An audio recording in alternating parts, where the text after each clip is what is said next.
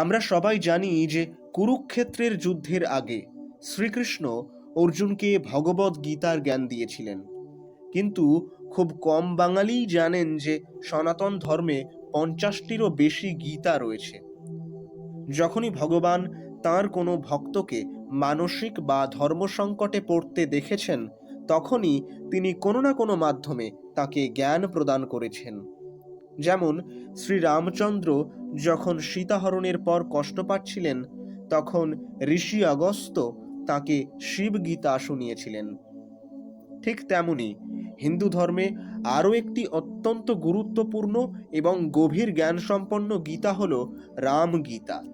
শ্রীমদ্ ভগবদ্ গীতা যেমন আমাদের কর্মযোগ শেখায় এবং কঠিন পরিস্থিতিতে পথ দেখায়, তেমনি রামগীতা আমাদের অদ্বৈত বেদান্ত এবং আত্মজ্ঞানের চরম সত্যের কাছে নিয়ে যায়।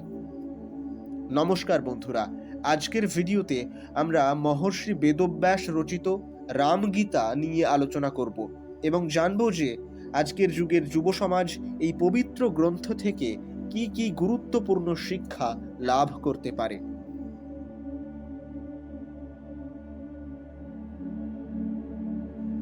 রামগীতা হলো মূলত অধ্যাত্ম রামায়ণ এর উত্তরকাণ্ডের ৫ম অধ্যায়ের একটি অংশ। এর প্রেক্ষাপট অত্যন্ত গভীর ও হৃদয় বিদারক। অযোধ্যার প্রজাদের অপবাদের কারণে শ্রীরামচন্দ্র যখন ভারাক্রান্ত হৃদয়ে সীতাকে বনবাসে পাঠানোর সিদ্ধান্ত নেন, তখন লক্ষ্মণ সীতাকে বাল্মীকির আশ্রমে ছেড়ে দিয়ে আসেন। সীতাকে বনবাসে রেখে আসার পর লক্ষ্মণের মনে গভীর অপরাধবোধ, দুঃখ এবং কর্তব্য নিয়ে চরম দ্বন্দ্বের সৃষ্টি হয়। তিনি বুঝতে পারছিলেন না কোনটা ঠিক আর কোনটা ভুল। তখন তিনি শ্রীরামের কাছে গিয়ে এই জাগতিক দুঃখ কষ্ট ও অজ্ঞানতা থেকে মুক্তির উপায় জানতে চান। লক্ষ্মণের এই প্রশ্নের উত্তরে শ্রীরাম তাকে যে পরম জ্ঞান প্রদান করেন, সেটি রামগীতা নামে পরিচিত। আজকাল আমরা নিজেদের স্বাধীন করার জন্য কত কিছুই না করি। চাকরি বদলাই, শহর বদলাই, টাকা আর সাফল্যের পেছনে সারা জীবন ছুটি, কিন্তু তবু মনের শান্তি মেলে না।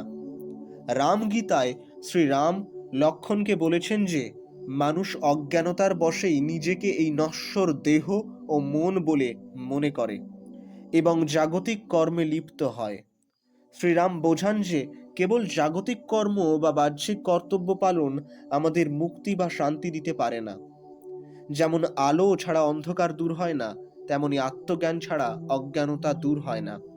সত্যিকারের শান্তি পেতে হলে নিজের ভেতরের শুদ্ধ চৈতন্যকে চিনতে হবে।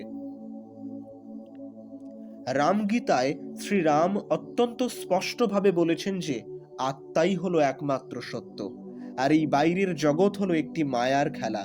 তিনি একটি সুন্দর উদাহরণ দিয়ে বোঝান, আকাশ যেমন মেঘ বা ধুলোর দ্বারা কখনো কলঙ্কিত বা প্রভাবিত হয় না, তেমনি আমাদের শুদ্ধ আত্মা জগতের সুখ দুঃখ, লাভ বা ক্ষতি দ্বারা প্রভাবিত হয় না। আজকের যুব সমাজ অনেক সময়ই ছোট ছোট ব্যর্থতায় ভেঙে পড়ে, ডিপ্রেশনে ভোগে। রামগীতা আমাদের এই শিক্ষা দেয় যে তুমি এই দেহের গণ্ডিতে বা সাময়িক ব্যর্থতায় সীমাবদ্ধ নও। তুমি হলে এক অনন্ত শুদ্ধ চৈতন্য। এই নির্লিপ্ততা বা ডিট্যাচমেন্ট এর বোধ একবার চলে এলে জীবনের যে কোনো কঠিন পরিস্থিতিকেই শান্তভাবে সামলানো সম্ভব। রামগীতা আমাদের শেখায় যে আমি করছি বা আমার দ্বারা হচ্ছে, এই কর্তৃত্বাভিমান বা অহংকারই হলো সমস্ত পার্থিব দুঃখের মূল কারণ। যখন আমরা আমাদের সমস্ত কাজের ফলাফল ঈশ্বরের চরণে সমর্পণ করি এবং নিজেকে কেবল একটি নিমিত্ত বা যন্ত্র হিসেবে মেনে নিই, তখনই আমাদের মনের সমস্ত বোঝা নেমে যায় এবং আমরা এক অদ্ভুত প্রশান্তি লাভ করতে পারি। বন্ধুরা, ভগবদ গীতা যেখানে একটি ব্যবহারিক গ্রন্থ যা আমাদের কঠিন পরিস্থিতিতে যুদ্ধ করতে বা নিজের ধর্ম পালন করতে শেখায়, সেখানে রামগীতা হলো একটি তাত্ত্বিক গ্রন্থ যা আমাদের শেখায় কিভাবে এই মায়াময় জগতের ঊর্ধ্বে উঠে চরম আধ্যাত্মিক শান্তি লাভ করা যায়। আশা করি আজকের এই ভিডিওটি আপনাদের ভালো লেগেছে এবং রামগীতার মতো একটি অজানা ও পবিত্র গ্রন্থ বিষয়ে আপনারা অনেক কিছু জানতে পেরেছেন। ভিডিওটি ভালো লাগলে লাইক করুন, বন্ধুদের সাথে শেয়ার করুন এবং আমাদের চ্যানেলটি সাবস্ক্রাইব করতে ভুলবেন না। আপনার মতামত বা প্রশ্ন কমেন্ট বক্সে অবশ্যই জানাবেন। দেখা হবে নতুন কোনো বিষয়ের সাথে নতুন কোনো ভিডিওতে। ততক্ষণ ভালো থাকবেন। জয় শ্রীরাম।